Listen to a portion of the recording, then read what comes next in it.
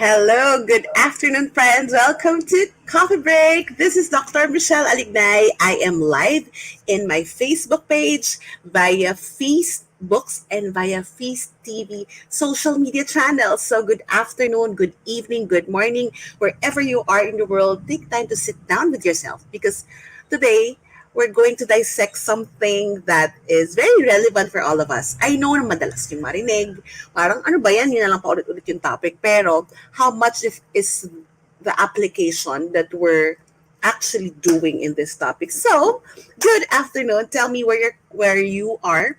Tell me kung nasa trabaho ka ba, nasa bahay ka ba. Literally, it's an afternoon here in Manila. So we're going to really have a good coffee break this afternoon. Get your tea. I'm having, I think this is turmeric tea. So what about you? What are you drinking and taking? We're going to talk about self-care and your well-being. Parang, Dok, lagi mo nalang topic yan. Of course. Because we have to talk about it. Because it's very important for us to actually know, paano ko nga ba, did you ever reflect about that? Paano ko nga ba totoong inaalagaan yung sarili ko na hindi mema lang? Am I feeling guilty whenever I would take care of myself? Yan. So, sino sa inyo yung parang pag magsa-self-care sila, pag pinag-usapan yung self-care, parang there's guilt. Parang hindi nila makapa-fully enjoy. They cannot be in the present moment whenever they have to do self-care because there's guilt. They don't know if they're indulging already. And they have not fully embraced the topic. Ayan, may sumagot agad. So, share this live stream to your family and friends na sometimes nag-self-care na pero parang nakakahiyang gawin to eh. Ayoko talagang gawin to. Ayan. So, Obama nagtanong agad. Self-care is self-love, especially for singles. So let's look at that. Let's see if we can dissect that question, Steph. So bring on the question, bring in your friends, bring in whoever you would like to hear this topic. I'm going to talk about self-care and your well-being. But let me just tell you a story, in the middle of this going live, I'm actually having a very different a very different week in my life. Like we have a family concern in the middle of work commitments. I just realized that I cannot take a leave. I am project hire. No, not project hire. I work on in a I work on my own terms. Like I'm a freelance. I do consulting. I do talks. Later, I have a commitment for a corporate talk, and I realized that, oh my God, even though I'm in the middle of a family members demise, we're in the middle of arranging for a wake in the family. And even though if I need to, to take charge and to do my part there, I just cannot forgo some commitments. Dok, sobra naman yan. No, because, I am also committed to this purpose that I'm doing with you, and then I cannot back out from the projects that I have already signed up for. So, there's really professionalism and balancing there. So, meron mga pagkakataon, honestly, one thing that struck me this morning as I was reflecting, I allowed myself to indulge in a little muni-muni and emotional moment. And it's also my time of month, right? Ladies, if you are here with me, when it's your time of month, talagang hayward yung emotions natin. And I realized that, okay, it's so hard for me to do my regular yoga practice because we went home at 12 midnight last night. But what I realized is, and then this morning I really need to get up, and then I was just praying and then reflecting. I allowed myself to just have coffee and rest. And since it's my time of month, one of my main signals for that is really the body is, there's the pull of gravity that's pulling the body. So, sabi ko, teka lang, baka ang kinakailangan ng katawan ko ngayon, hindi yung yoga. It's a time to just recalibrate myself, to collect my composure again. And I just did that. Before everything happens again, I think that I am just, thanking God because I have that small space at the side of my house, my lanai, that I can do that. And also, I also have the time that even though that window of time, And the more, really, I'll tell you, I realized that the more na nangyayari sa buhay, hindi pala pwedeng minsan pumili, pero pwede nating piliin yung sarili natin. Para yung work and life that happens all at the same time. Work-life balance, work-life harmony is my favorite term. We don't need to choose, but we can recharge ourselves to be able to navigate both ends. There's no choice because the choice is actually harmonizing what we will be giving up.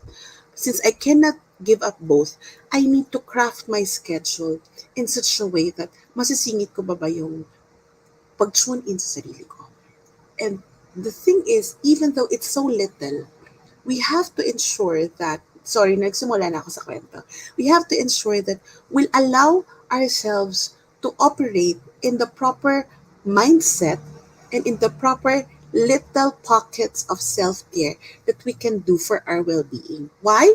Because you know if there's a family concern, like wake and death in the family, there's just too much emotions, there's just too much people that you need to deal with, to arrange things, administrative matters goes to you, you have to, to put your emotions, parang okay, ito muna yung kaya kong emotion ngayon, ito lang yung kaya kong task.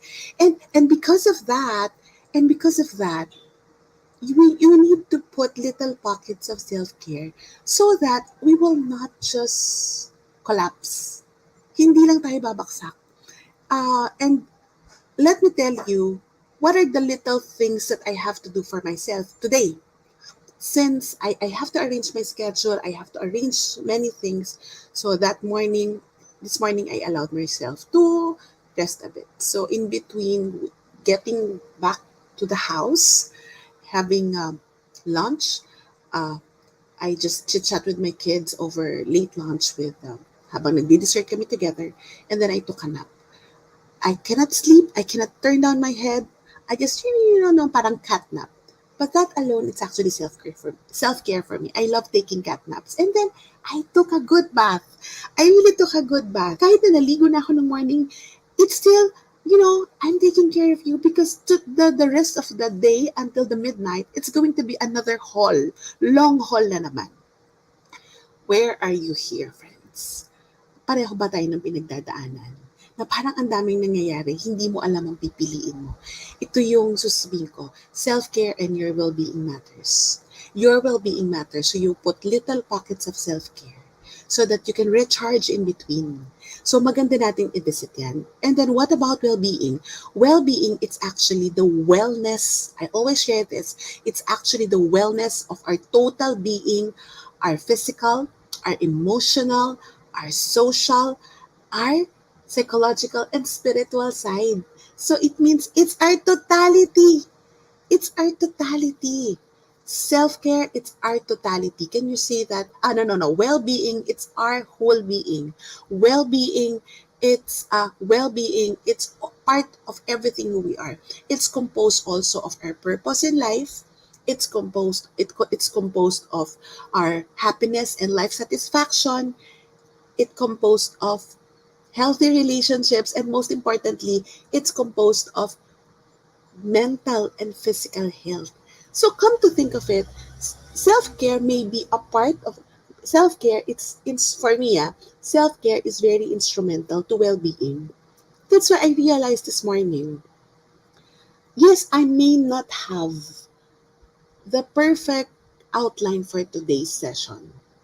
Pero marami akong baon na isi-share sa inyo. At marami rin mga friends na nagtatanong. Kaya I collected some questions from friends, from network, from community people that ano yung mga tanong nila about self-care. And I would also share that with you in the context of what's happening in my life now. Um, is it is it is it okay to take a rest when you think that your family needs you? Yes. Kasi let's operate from the term, we cannot give what we don't have. So, even though that there are things that, even though that there are things that needs to be attended to, we have to ensure that we have to take care of ourselves so that our well-being will be supported. So if our well-being is our totality, the self-care is the little strategies, it's the little ingredients, it's the little steps na parang wala lang. But if you would just put them together, you create a buffer. You know, we love deliveries, right? Gusto natin yung mga delivery. And then in the delivery, di ba, there is either the bubble wrap or the honeycomb wrap. I love the brown paper honeycomb wrap pag ganun yung package ko. And this is actually what puts together and protects, remember, the word is protect the package, protect the item. So that even though they travel, hinahagis-hagis yan sa sorting center. Are you getting me here? Hinahagis-hagis yan sa sorting center. What happens is that, hindi yan basta mababasag.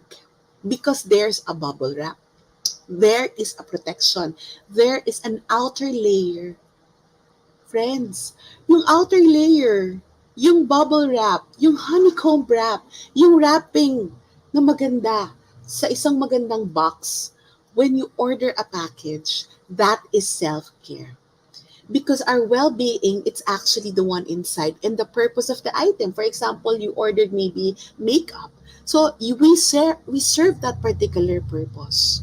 The well-being is the inside, the self-care, it's actually everything that we're doing in the outside to protect the item from breaking, so that that item can fulfill its purpose. So you see now the value of self-care. It's part of well-being, but it's actually, for me, I look at it as very instrumental to our well-being, so that we can fulfill our purpose, we can have better relationships, we can be happier and more satisfied in our lives, even though that there's death, there's grief, there are struggles, there's pain, nakipag-break, hindi ka makamove on, pinoprotektahan mo pa rin yung sarili mo. Hindi, kumbaga, kung wasak ka man, at least hindi ka warak at luray-luray at nakahandusay lang sa sahig. Pinoprotektahan mo pa rin sarili mo. Does that make sense to you? I just love the concept of how we need to define and redefine self-care. Because if you come to think of it, many of you know that I'm launching my book this coming end of the month. uh, End of the month meaning, ano nga ba end of the month? August 31, I'm launching my book. It's an online event, and later I'll tell you more about it. And uh, what I wrote in that book is that I really wrote na kaya marami tayo sa atin nagfe-fail yung self-care kasi marami tayong guilt feelings about it. Taas ang kamay. Sino sa inyo? Press hard, press like kung kayo mismo meron guilt feelings about self-care. Hindi nyo ma-differentiate. Bakit hindi ba nagiging successful? Sisimulan ko. Bakit hindi ko yan matapos? Bakit puro na lang ako parang sa simula lang ako but I cannot sustain it? I wrote in my book that how you perceive self-care makes it in your life. So kung ang tingin mo sa self-care ay kaartihan, and you're being iffy about doing it, and then it's gonna be forever kaartihan. If you think about self-care as so selfish, this time is taking away from my family, naku, nagigilty ako kasi baka umiyak yung anak ko habang wala ako, and then it's going to be that. So what you perceive, that's the self-care you receive. How you perceive self-care, it will be actually the one transposed in your life. Because I already shared with you the connection to our well-being. And it's proven by studies, it's proven by evidences, especially this pandemic. So kailangan natin makita and redefine the meaning of self-care and connect it to our total well-being so we can be fully functioning mature individuals. Literally, pwede na tayo talaga sa mga mature roles.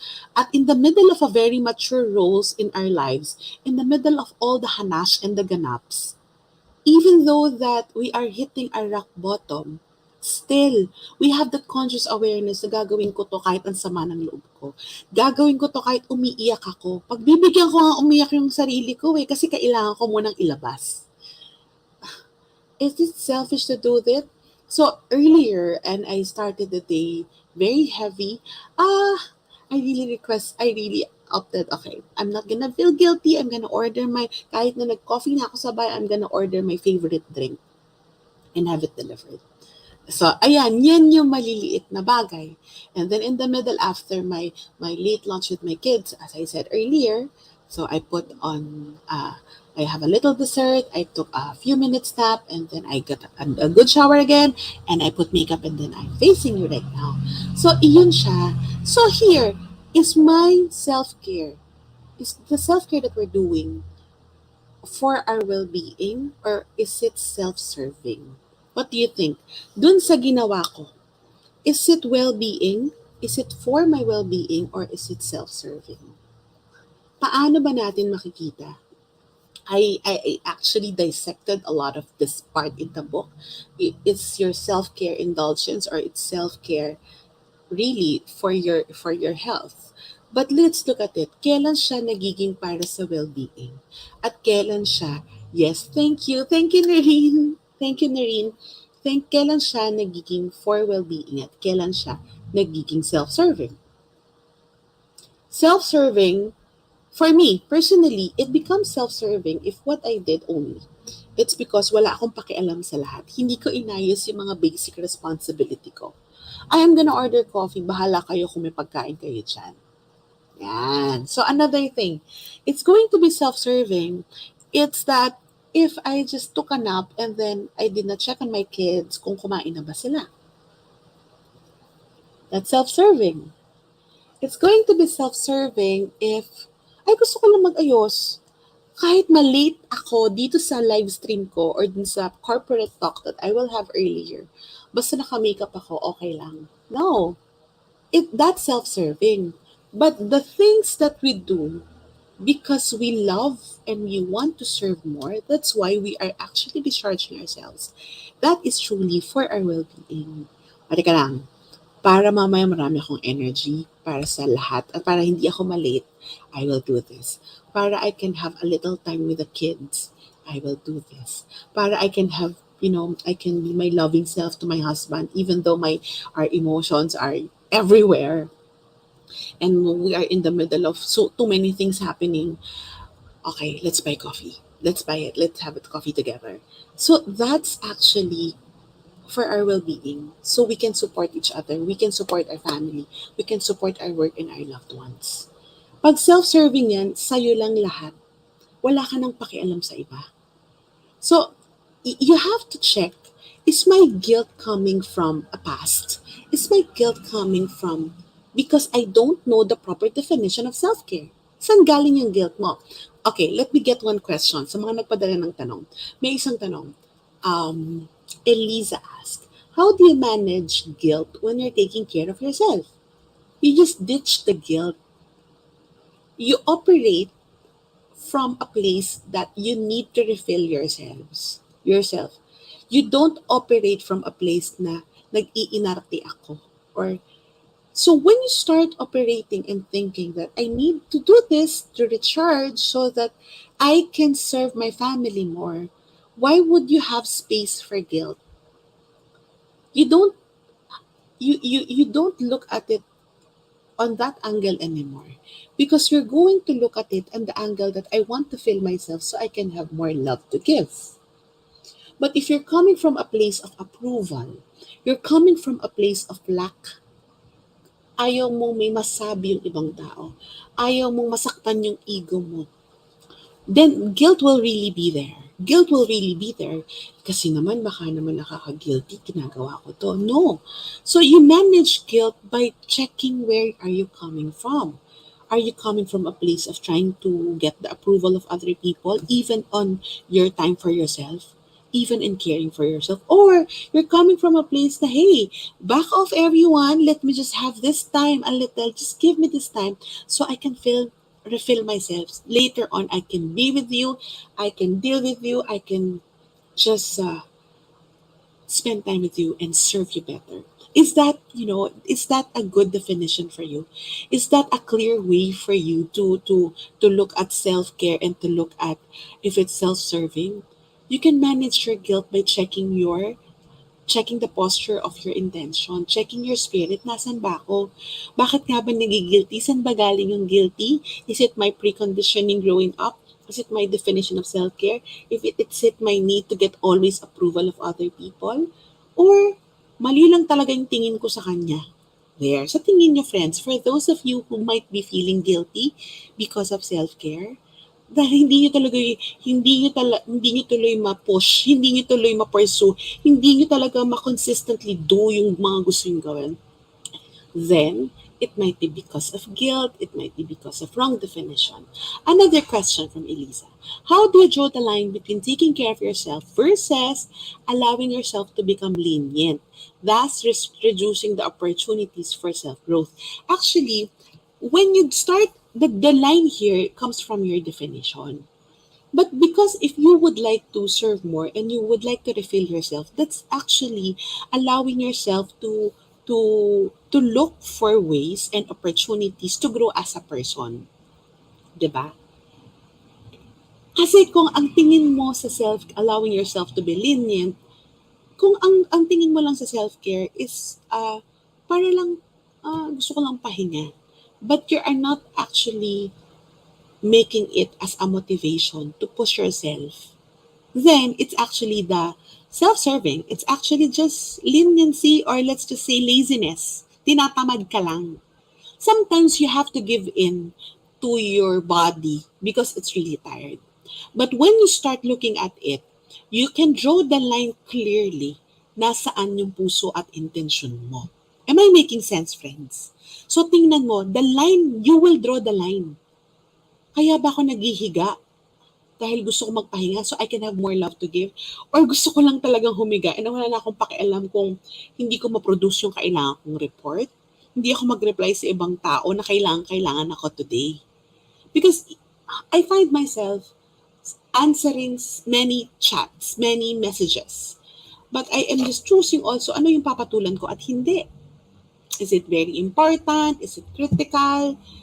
Ako lang ba makakasagot nito? So there. Or tinatamad lang ako sagutin. Magkaiba siya. Magkaiba. So always check.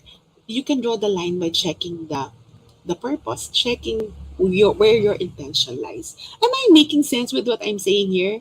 Ako pala ba nandito? Another question. What's the best mantra self-talk at the beginning of creating new habits for self-care? Ang ganda niyang tanong na yan.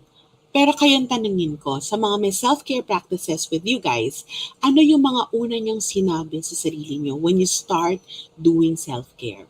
Ako, I'll just tell you the story kung kailan ako nagsimulang mag-self-care. Nagsimula ako mag-self-care or na-encourage ako, I don't hindi ko pa dinedefine that as self-care, but I started taking care and taking time for myself nung I'm a new mom. So sa mga new moms, sa mga manganganak moms, raise your hand. Hi, hello.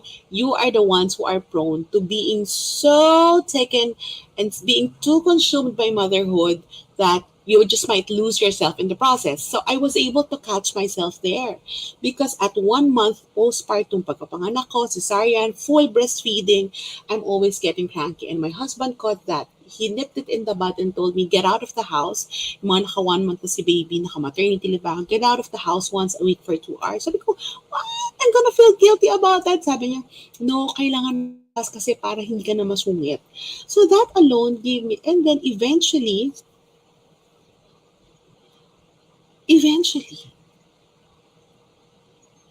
I was able to define that as my way to recharge.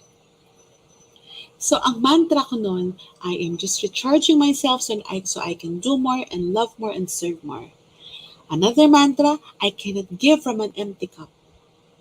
But eto, nung dalawa na yung anak ko, nag-intensify na lalo yung self-care ko. Bakit? Dalawa na silang may demands. Isang toddler, so they're 3 years apart, isang toddler, isang infant, ito yung sinabi ko sa sarili ko. Itchel, bawal malosyang. I don't want to look like I'm so consumed by motherhood. I don't want to make myself feel so bad that I'm going to be cranky and I'm gonna produce sour milk for my kids, for my infant. And I'm gonna be so my cranky to my cute little toddler who's very curious at that time. So even though that they are two, I took it upon myself, wait, I tell my husband, pag aalis kami, let me just put a little makeup. Ayokong malosyang. Why? I'm going to prepare my kids so well. Makaterno lagi ang damit yung dalawa. Isang infant, isang toddler, laging matching. Tapos, ayoko naman magmukhang yaya nila. So, tanong nyo yan sa sarili nyo. So, kung hindi kayo mag-ooperate because I need to recharge myself, sabihin nyo sa sarili nyo, hoy, bawal kang malosyang. You are the mother.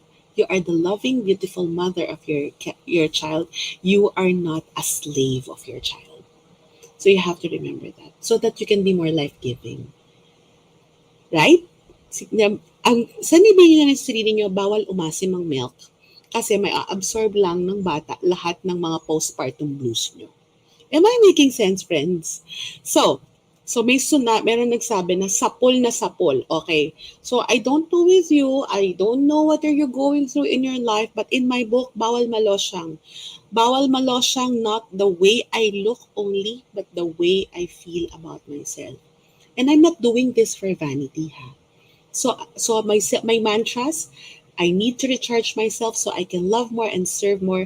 I want to be a better mom to my kids so that and a good wife to my husband, so I will do self-care and bawal akong malosyang. Talagang kasama yan. Ayan, tinan mo, may mga nagsapol. Meron nagsabi, Ninang, ang galing ni Ninang Norino, talagang nagko-call out. Ninang na ninang ang peg, di ba? Okay. So, I hope that that's helped. So, yung mga nag-share dito, meron kanitang nag-share. I think this is from YouTube. We're live also in the Feast TV in YouTube. Sheila said, my first words usually states that I will not be discouraged by doubts, disappointment, and mistake. Yes, that's so perfect because hindi naman kailangan na perfect automatic yung self-care. Because when you do self-care, it's actually a process of getting to know yourself and what will hit. I remember nung dalawa na yung kids ko. And then, a colleague of mine asked me, Huy, ba't ang blooming mo? Siguro it's maybe the postpartum glow because I'm breastfeeding. Sabi niya, bakit ang ayos ng itsura mo kahit na talagang ang feeling ko, ang laki-laki ko pag pregnant ako. Ang laki-laki ko talaga pag pregnant ako. But, bakit ang ayos ng itsura mo? Sabi ko, because I chose to take care of myself. Para I'm not swept away by motherhood duties. I have a full-time work then. I have a full-time work. So I have to, to be presentable. Bakit ako magpapakita na mukha akong na-waste na mukha akong pagod na pagod, wherein my work is very life-giving. I was working as a guidance counselor. Baka hindi maniwala yung mga bata sa akin kung mukha akong parang, a witch for these young kids. I was taking care of young kids then. And then, another thing is that, when I'm with my kids, since I'm going to prepare them, ayoko magmukha naman na, as I said, slave with my kids, but I don't want to look like that. Yung nanay, hindi man lang nag-ayos yung mga anak, ang ganda-ganda. Alam nyo, ayoko talaga nun. Dapat pantay kami. Kasi, mas credible akong ina, kung inayos ko yung, para sa akin ha, kung inasikaso ko yung anak ko, pero inasikaso yung sarili ko. Pero friends, sa totoo lang, nakakita rin ako ng nanay na halos hindi ayusin yung sarili. Kahit gaano ka-cute yung anak, naaawa ako dun sa nanay. Pero nakakita rin naman ako na ang ayos-ayos ng nanay parang magpa-party, fully made up, pero yung anak niya hindi man lamang inayusan, hindi man lamang inayos yung bihes. Yun yung selfish. Yung parang hinugot lang niya yung anak niya, pero siya parang talagang alam na niya 1 week ahead pa lang yung damit niya at yung itsura niya for the party. So there, nasan tayo dito? So you have to capture a mantra, you have to capture and define it well so that you can have more love to give. And for me, self-care, it's actually, remember, it's facilitating and protecting your well-being so you can have more to give. Okay, another question. This is from Jenna. How can you avoid your daily regular me time or self-care from being routinary? Oh, okay, this is nice. Can minsan, iniisip ko, ayoko mag-yoga. Because, kung kakatamad mag-yoga, parang totoo yan. Kasi it can be routinary. Dahil lagi mo nang ginagawa, kasama na ng routine mo. So, you have to create variety. Sometimes, if I am having, second thoughts, parang tinatamad ako, I tell myself, my body needs it even though my mind don't want it. Kahit ayaw ng utak ko, kailangan ng katawan ko. So that is actually motivating yourself. Another is that create variety. So for me, I don't just repeat the same yoga routines every day because it's going to hit the same muscles. So I have three favorite teachers in my yoga streaming, that's glow.com. So ina-alternate ko yung classes that I take from them. So that's, and also before, last month, just before I had COVID, I tried to start mat pilates para may variety. So, babalikan ko yan when my body is fully stronger and better. So, you have to start doing like a buffet. Hindi pwedeng yung self-care mo, yun at yun. Kasi there are days talaga that it just might not work. This is not working today. So, you have to have a toolbox. Look at it as a toolbox. Ano ba yung toolbox? Diba parang pag bumili ka ng set ng screw, hindi mo naman kailangan lahat doon at that moment. Pero may mga pagkakataon na kailangan mo yung tool na yun. So yun yung ipipick out mo. So you have to have a toolbox, a list, a makeup kit. Hindi mo naman kailangan minsan lahat ng nasa makeup kit mo. Pero minsan yun yung kailangan mo. So put variety. Put variety. If you think that you are already lagging and it's not working, okay, parang hihito ngayon, choose another one. So it's really a process, right? It's really a process. Okay, there's another question from, am I making sense? Are you still here, friends? Okay, there's another question from Pao. Can I set healthy limits and boundaries for myself and still be a loving person? Can I set healthy limits and boundaries for myself and still be a loving person? Kung alam mo kung paano ka mag-set ng limit sa sarili mo, mas magiging loving person ka. Kasi in all honesty, I don't know your definition of being a loving person. You can be a loving person, but you don't need to be chummy-chummy and lovey-dovey and sweetie to everyone. You cannot please everyone. So if your intention is to love and serve everyone, like you are like Mother Teresa there, then mahihirapan ka. Baka mahirapan ka na mahalin ng lahat kasi you just might end up pleasing everyone. So remember that. So if you put healthy boundaries and you say healthy limits, ay hanggang dito lang. Kasi pag binigay ko sa'yo lahat, walang matitira sa akin. Is that being a loving person? Yes. Kasi if you give everything, right? Di ba pag binigay mo lahat, parang nagkakaroon ka lalo ng resentment. Lalo kang nagkakaroon, 'di ba? Pag binigay mo lahat, binigay ko na nga yung binigay ko na nga lahat, wala na nga kayong tinira sa akin eh. Sometimes we have resentment that there's nothing left for me here.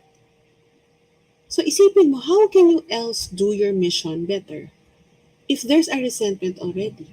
So for me, you can be a loving person by saving, not just saving for yourself, but actually the boundary there is that when you say no to some things, you say yes to yourselves and to your well-being.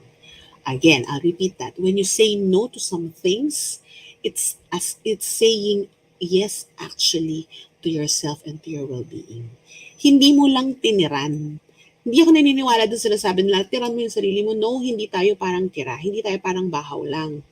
Tirang kanin. Hindi. Ibigay mo yung sarili mo. Teka, I will give that to you. And saying no, it doesn't mean that you're not a loving person. Saying no, it's just, you cannot. So you have to do that. You can set boundaries and still be a loving person. How? One, check where your heart is. Are you just pleasing? Or what's your definition of boundaries? What's your definition of being a loving person? A loving person can have a balance of loving themselves so they can have more to give. So, healthy boundaries, sorry, hindi ko na kayang gawin yung request nyo kasi walang resources. Hindi talaga kaya. Is that loving? Yes. Maybe not directly loving for them, but it's loving also the other areas of your life, the other people around you. Okay, last two questions. For those who use Noreen, this is your question. For those who are used to being there for other people and now learning to set boundaries, how do you not slip to guilty mode? Oh, you will really feel guilty if that's your conditioning already.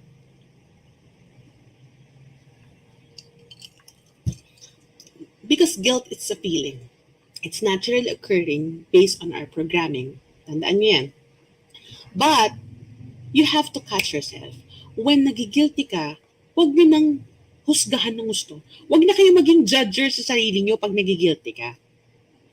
Nagsaset ka ng boundary, you said no to someone, ay hindi talaga pwede. Or talagang, hindi talaga, no talaga. And then you start feeling guilty. You don't tell yourself, huwag ka na mag-guilty. Talagang you're on your way to doing this. No. Self-care, it's also allowing yourself to feel guilty. Self-care, it's actually acknowledging na nagigilty ako, pero kailangan tong mangyari, kailangan ko tong gawin for everybody's good. Self-care ko tong ginawa so that it can give me more life. But I am acknowledging that I am feeling guilty. Acknowledging our emotion. One part of my book, You Can Care for You, it's actually about sitting with your emotions. So is it a feeling of guilt? Is it a feeling of insecurity? Is it a feeling of worry or fear? You can actually just allow yourself to feel that. Bakit sino mag-judge sa atin? Tayo rin na nag-judge sa sarili natin pag hindi natin binigyan ng pagkakataon yung sarili natin na rumamdam. Kaya yung sinasabi, you have to give yourself permission to feel. You give yourself permission to feel guilty. And then, let that guilt operate from a place of love. Or, minsan, tanongin mo sarili mo, saan ba talaga galing tong guilt na to? Yan. So, let that guilt teach you about something about yourself. You don't stop the feeling from feeling, but you try to check what's behind this feeling. Is that self-care? Yes. Okay. And then,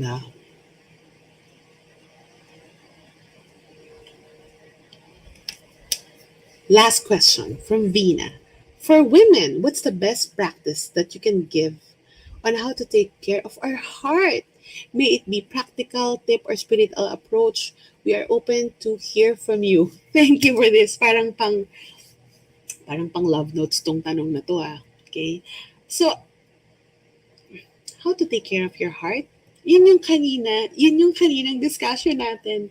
You have to put healthy boundaries. You have to give yourself permission to feel.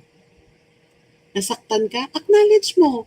You have to admit to yourself na I am really hurt. One strategy, I'm learning about mindful self-compassion. I just took a course on mindful self-compassion. One of the best strategy that can be done is actually to allow yourself to feel, oh, I know you're feeling bad about it right now. It's actually being there for yourself. Yes, you can put healthy boundaries. That's the external or that's the internal mindset. But sometimes when you are feeling so upset, somebody have hurt you, you just be there for yourself. Literally, you can care for you. Because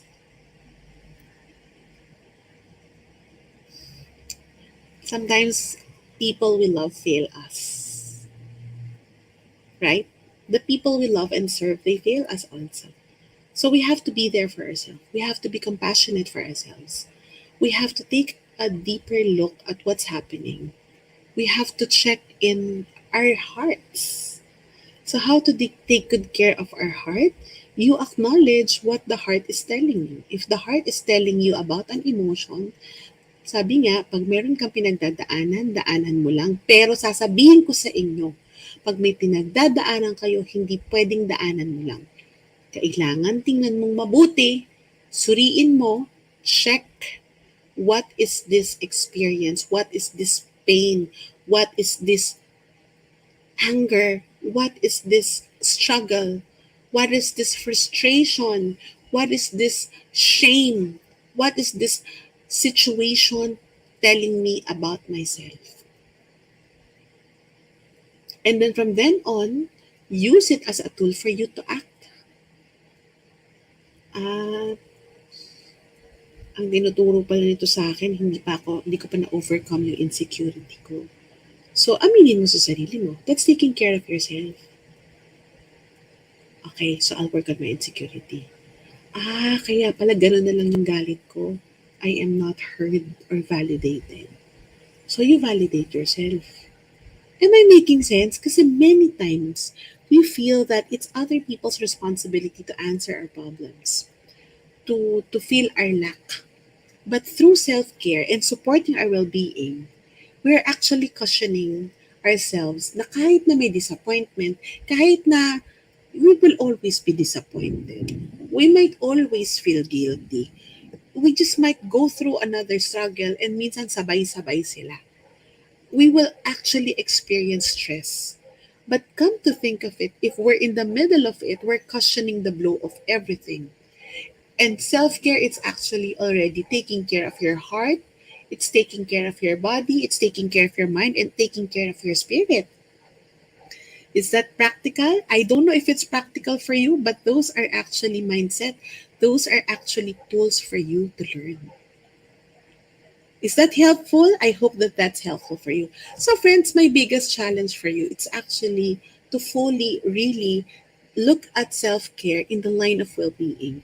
Look at self-care as your buffer, your cushion, your protective covering, so your well-being can be ensured. So that we can love more. Diba? That's what we're operating. We can love more. And I would like to, and because of that, that's why this is very much aligned. What I'm saying is very much aligned to the book that I'm going to launch, and I'm going to invite you to it. I hope also that you can actually bring in friends. You can register for our online book launch. It's actually You Can Care for You, the online book launch. It's going to be on it's going to be on August 31, Wednesday night, 7 p.m. It's going to be via Zoom. And if you that's the newer poster. I'm going to be joined by three friends. Dr. Dieter Libaton, Ana Gutierrez Tigadula, my friend who's the founder of the Body Food All Natural and For Keeps Beauty, and my makeup artist extraordinary friend, Ara Fernando. They're going to join me on that launch. I'm not going to pay them professional fees. We're not all going to earn from this because the 1,000 pesos na, what do you call this, 1,000 peso registration will actually go to the Light of Jesus Pastoral Care Ministry that I am actually heading, so that we can care more for the pastoral carers who are taking care of other people whom they get to interact, either calls or chat, to support them in their psychospiritual health. We pray for them, we do, brief, it's not counseling, but we talk to them when they're in their times of difficulty. So that's really the mission of the pastoral care ministry. So if you register, you can hear me. If you register at the link, that's bit.ly, You Can Care for You launch, or you can go to facebooks.com. You can actually take part in the learning session. You joined us for the learning session on August 31. At the same time, you will get one of the first to get a signed copy of the book. You got the book, you got to learn from us, my friends and I, about deeper ways to self-care, and more importantly, you get to donate to the ministry. So, ang daming nangyari sa 1,000 pesos mo. Yes, ang mahal naman, sis. No, that's not the price of the book. That's the excess of that goes to the donation. Goes to the donation to the ministry. That's actually my 45th birthday offering to the world. So I hope that you can take part. You can invite your friends. You can actually gift your friends. It's you, nagregalo ka na sa kaibigan mo, nagregalo ka pa sa sarili mo, nagregalo ka pa sa ministry.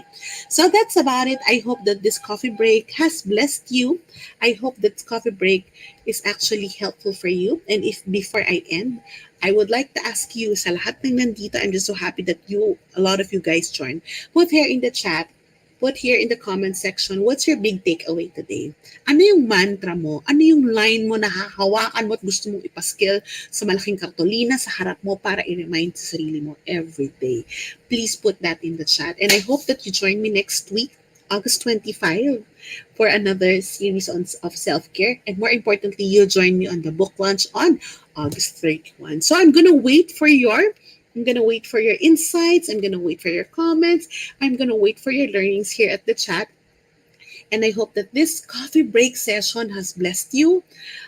Thank you very much, Feast Books friends. Thank you very much, Feast TV friends. Thank you very much, the followers of Michelle Alignay page in YouTube and in Facebook. So thank you very much, everyone.